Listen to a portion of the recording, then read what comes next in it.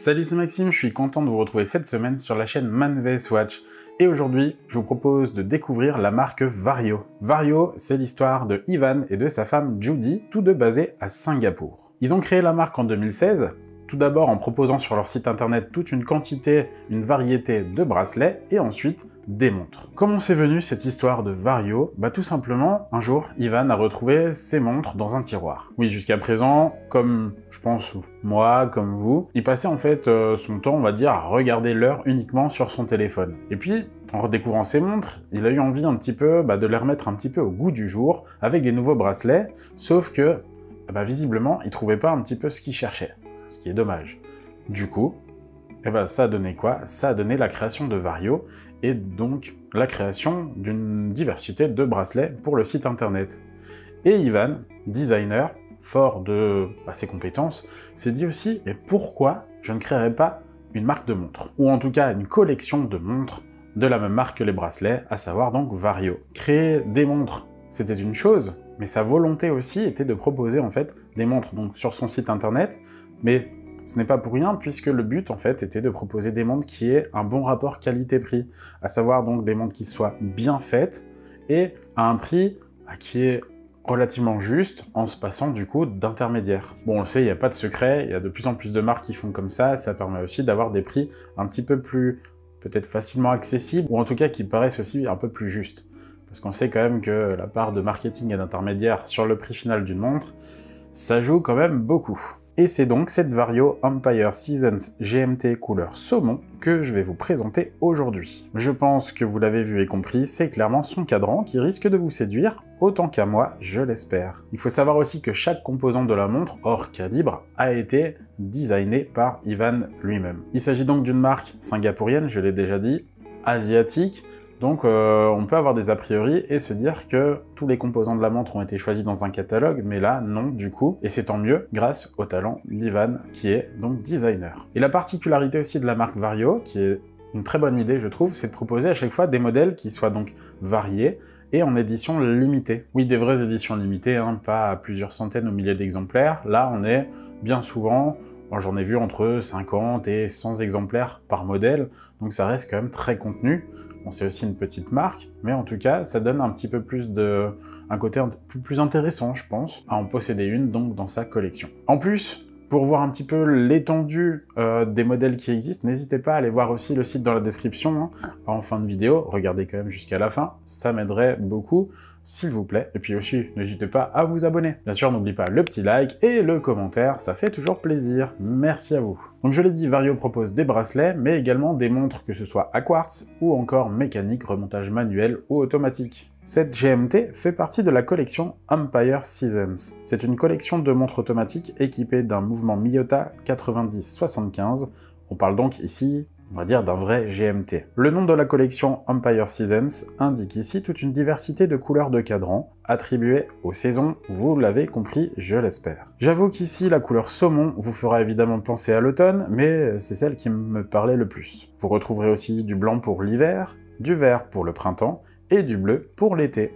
Les versions sont limitées, comme je le disais, ici entre 60 et 90 pièces selon la couleur. Avant de revenir en détail sur le cadran, sachez que la montre fait 38 mm de diamètre pour une épaisseur de 12 mm. Sa taille fait qu'elle se posera sur la majorité des poignets grâce à son corne à corne de 46 mm, mais aussi grâce à ses cornes plongeantes dont vous noterez qu'elles sont percées. Le boîtier est ici en acier 316L, joliment travaillé, avec un effet plutôt satiné sur les flancs, mais poli sur les cornes ainsi que sur la lunette qui vient s'ajouter sur la carrure de la montre. Précision aussi qui vaut le coup d'être mentionnée, c'est le fait qu'une couche de revêtement dit anti-rayures a été appliquée sur tous les éléments en acier dans le but de rendre l'ensemble plus résistant face aux rayures. L'allure de la montre peut faire penser à un style qui se veut être dans l'esprit art déco des années 20. Si vous êtes d'accord avec cela, c'est que vous avez compris l'esprit de la marque Vario. Elle a finalement une volonté de nous faire voyager à travers le temps, de s'inspirer aussi de différentes époques, de différentes choses historiques, que ce soit donc, je le disais, l'art déco, mais aussi au niveau d'un aspect un petit peu plus militaire et donc de certaines guerres. Pour finir sur le boîtier, côté fond de boîte, celui-ci est plein et vissé. Le fait que le fond soit plein ne me dérange pas, au contraire, moi je le dis souvent, pour un mouvement Miyota, c'est pas forcément judicieux de le voir, Surtout qu'ici, la gravure est plutôt intéressante et elle correspond parfaitement du coup à la collection Empire. Donc ce fond est gravé de l'Empire State Building de New York, en rapport avec le nom de la collection, Empire, et suite aussi à un sondage fait auprès des amateurs de la marque pour trouver le nom de la collection. Vous pourrez y lire que la montre est designée à Singapour, mais fabriquée au Japon. Et oui, c'est une particularité de cette collection. Preuve ici, en tout cas, que Ivan souhaite proposer la meilleure qualité possible pour ses montres. Et cette Empire Season GMT est étanche à 5 ATM, soit 50 mètres. Allez, je vous propose maintenant d'en venir au cadran qui, croyez-moi, fait la part belle à cette montre, et qui a fait aussi que j'ai souhaité vous en parler. Au-delà de la couleur saumon qui est joueuse selon le type de lumière et de l'inclinaison de la montre, on a surtout affaire ici à un cadran travaillé avec du guillochage notamment, et qui est ici bien exécuté. À mon avis, forcément pour ce prix, on a comme toutes les montres, on va dire grosso modo, allez, on va dire inférieur à 1000 € à mon avis, et même peut-être même supérieur, mais ici on a un guillochage qui va être plutôt pressé en fait pour donner la forme donc au cadran. Mais cela dit, ici, on a vraiment quelque chose de bien exécuté, je le rappelle, et c'est ça qui est cool. Si souvent nous avons plutôt l'habitude de voir des montres équipées de la complication GMT, permettant de lire un second fuseau horaire sur le cadran, alors en général on les retrouve plutôt sur des montres sportives ou même de plongée, mais ici on est sur une montre habillée, parfaite à porter avec un costume, une chemise ou comme il vous plaira. Et de ce côté-là, libre à vous de lui donner le caractère que vous souhaitez en choisissant un bracelet en cuir ou bien en acier comme il sera inclus avec la montre. L'entrecorne fait 20 mm de largeur, donc il sera facile de changer le bracelet. Je pense qu'ici, le but est quand même d'avoir une montre qui se veut plutôt design avant le côté vraiment purement GMT. On est vraiment là dans la montre habillée qui fait aussi donc tout son charme. Alors oui, vous irez pas plonger et faire du sport avec, clairement, mais ça change aussi de ce qu'on peut voir donc habituellement. À savoir aussi que tous les bracelets sont pourvus donc de pompes rapides.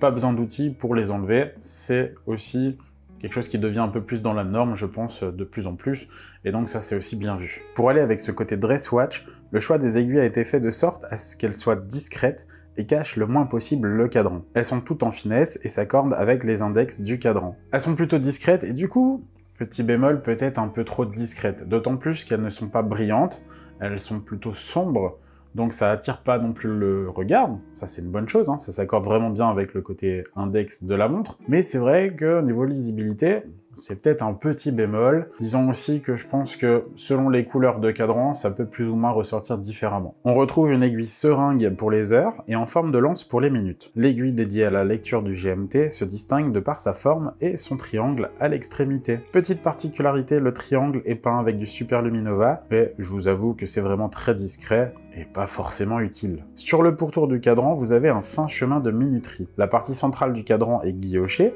comme je l'ai dit avant, et seul le logo de la marque y est apposé. Comme déjà dit, la qualité du guillochage est vraiment très bonne, en témoignent les images macro que je vous mets à l'écran. Et dites-moi aussi en commentaire si pour vous, ça fait le job. C'est vraiment selon moi en tout cas l'intérêt principal de la montre, et on y retrouve un bel ADN art déco, grâce aussi aux lignes du boîtier. On retrouve les heures paires, en chiffres arabes appliqués et dans une police originale qui ajoute de la personnalité au cadran. Les heures impaires sont sous forme de fines barres qui viennent marquer le chemin de minuterie toutes les 5 secondes, ou toutes les minutes du coup. Ivan a fait le choix de ne pas guillocher cette zone. On a ici des cercles qui passent donc sous les index. Ces cercles gris renvoient des reflets argentés et se démarquent du coup de la couleur saumon du cadran. Je trouve que la démarcation des deux finitions du cadran grâce au cercle noir du second fuseau horaire marche plutôt bien ici. On y garde une bonne lisibilité et la lecture de l'heure additionnelle se fait facilement grâce à la flèche de l'aiguille GMT. Enfin, un verre saphir recouvre le tout. Il est pourvu d'un traitement anti-reflet interne. Ici, la part belle a été faite au cadran. L'idée, c'est vraiment qu'on puisse l'admirer sans qu'il soit vraiment caché. D'où aussi la particularité des aiguilles à être évidées en leur milieu. Alors la fonction GMT, le réglage de tout ça, comment ça fonctionne? C'est super simple, il y a juste à écouter et à suivre un petit peu les indications. Je pense qu'il n'y aura pas de secret non plus pour la majorité des personnes si vous connaissez déjà un petit peu le principe du GMT. Vous tirez en premier lieu la couronne en position 2 afin de régler l'heure du second fuseau horaire. Ensuite, en position 1, vous verrez l'aiguille des heures sauter d'heure en heure jusqu'à arriver sur l'heure locale. Il n'y a plus qu'à repousser la couronne en position 0 et à passer la montre au poignet. J'en ai déjà parlé au début de la vidéo, le calibre emboîté est japonais puisqu'il s'agit d'un Miyota 90-75. Donc déjà, série 9000, on est sur quelque chose de très qualitatif, et en plus, donc, c'est un vrai GMT automatique. Il bat 28 800 alternances par heure, et dispose d'une réserve de marche de 42 heures. C'est grâce à une jolie couronne située à 3 heures que vous pourrez régler la montre. Cette couronne n'est pas siglée, mais elle est finement travaillée pour aller avec l'allure de la montre, et le remontage se fait agréablement, malgré la taille, on va dire, contenue de cette couronne. Et personnellement, je dois dire que j'ai bien aimé l'alliance montre habillée avec la complication GMT sur cette montre. Je trouve que c'est pas mal du tout. Et puis en termes de budget, on a, je pense, un bon placement prix, au vu donc de la qualité de la montre, de sa complication. On est en fait au niveau de la barre des 700 €, grosso modo. 698 $ pour être exact, mais bien sûr, il faudra rajouter aussi tout ce qui est taxes d'importation et douane, etc. Bonne nouvelle par contre, c'est que la livraison est-elle gratuite dans le monde entier. Lors de la commande, vous aurez le choix du bracelet et le bracelet métal sera inclus, ce qui est toujours très sympa. J'ai principalement porté la montre sur un bracelet en cuir. Pour ce test, j'en avais deux, tous les deux de bonne qualité et agréables à porter. Le cuir est italien et les bracelets sont souples. Et de plus, on a une belle chute de la largeur de 20 à 16 mm, parfait pour ce style de montre. Le bracelet en acier ne nécessite pas d'outils pour le changer, uniquement pour ôter les maillons, avec un chasse-goupille. Alors le bracelet acier est ce qui m'a le moins convaincu dans ce test. Je trouve que la qualité ressentie me paraît un petit peu légère, on va dire, au premier abord en tout cas. Après, ça peut être aussi du coup quelque chose de très positif si vous aimez les montres plutôt légères avec pas des bracelets qui vont vous faire couler au fond de l'eau, clairement. Il est assez fin, donc ça va quand même plutôt pas mal avec la montre, avec le style art déco aussi. Il est agréable, une fois qu'on le met au poignet, il n'y a vraiment pas de souci. Donc voilà, mais c'est un petit ressenti que j'ai eu, sans doute pas forcément l'habitude d'avoir des bracelets légers comme ça. Plutôt une bonne surprise d'ailleurs, donc comme quoi, les a priori, des fois, il vaut mieux quand même essayer, je le dis toujours, avant de se faire une petite idée. Mais auquel cas, si ça ne vous plaît pas, vous avez donc aussi le bracelet en cuir. Et là, avec l'entrecante de 20 mm, comme déjà dit, vous pouvez lui donner plein de personnalité à cette montre. Et pour celles et ceux qui ne savent pas quel fuseau horaire utiliser, si vous n'avez pas prévu de voyager, ou bien si vous vous en fichez de quelle heure il est à Kuala Lumpur, à New York ou je ne sais pas où, faites comme moi, vous utilisez le côté GMT pour vous indiquer en fait l'heure sur 24 heures. Donc si par exemple il est 12 heures sur la montre, et ben avec le côté GMT, vous saurez s'il est plutôt du coup midi ou minuit. En tout cas, c'était vraiment une chouette opportunité pour moi de vous parler de cette montre, de la tester. Je sais que c'est une marque qui n'est pas du coup connue en France, mais je vous encourage vraiment à aller voir un petit peu ce qu'ils font, que ce soit sur Instagram ou bien sur leur site internet. Ça peut valoir le coup et vous verrez qu'il y a des montres qui ont vraiment une identité qui est très marquée, selon le style que vous aimez en tout cas. Dites-moi en commentaire ce que vous en pensez. Je trouve que c'est quand même là une belle opportunité de pouvoir avoir une montre avec un joli cadran guilloché dans sa collection. Surtout que là, pour cette collection Empire GMT Seasons, vous avez la possibilité d'avoir plusieurs coloris. Donc libre à vous de choisir le coloris qui vous plaira le plus. Comme dit, moi j'ai choisi la couleur plutôt dédiée à l'automne, mais pour l'été vous avez un joli bleu, pour le printemps un joli vert. L'hiver il est tout blanc. Donc si vous voulez vous habiller un petit peu en fonction des saisons, c'est une bonne opportunité. Et vous avez aussi donc des montres disponibles aussi en 3 aiguilles, remontage automatique, mécanique, etc. Allez voir. J'aimerais vous dire aussi qu'il y a des points qui sont négatifs, mais honnêtement, j'ai pas spécialement trouvé. J'aurais bien aimé, oui, que la montre soit peut-être un peu moins épaisse. Est-ce que c'est possible du fait du calibre et du coup d'avoir aussi une aiguille supplémentaire au niveau de l'épaisseur? Peut-être que c'était pas possible. Et c'est vrai que à première vue, c'est peut-être un petit peu ce qui pourrait être amélioré, si c'est faisable. Bon, le Miyota série 9000, en tout cas là dans cette version aussi GMT, oui, la masse oscillante, vous risquez de l'entendre si vous tournez le poignet un peu brusquement. Est-ce que ce sont des vrais problèmes? J'ai envie de dire, si je parle de ça, c'est que le reste va parfaitement. Et en termes de lisibilité, il n'y a pas non plus de grands soucis particuliers. On voit quand même les aiguilles qui se démarquent du cadran, même si elles sont discrètes. Je pense que, à moins d'être dans la nuit totale, normalement il n'y a pas de souci non plus. Voilà, je remercie en tout cas Ivan et Judy pour leur réactivité et leur gentillesse. Nous, on se retrouve bientôt dans une prochaine vidéo. D'ici là, soyez sages, bien sûr. Mais aussi, prenez soin de vous, prenez soin de vos montres. À bientôt. Salut!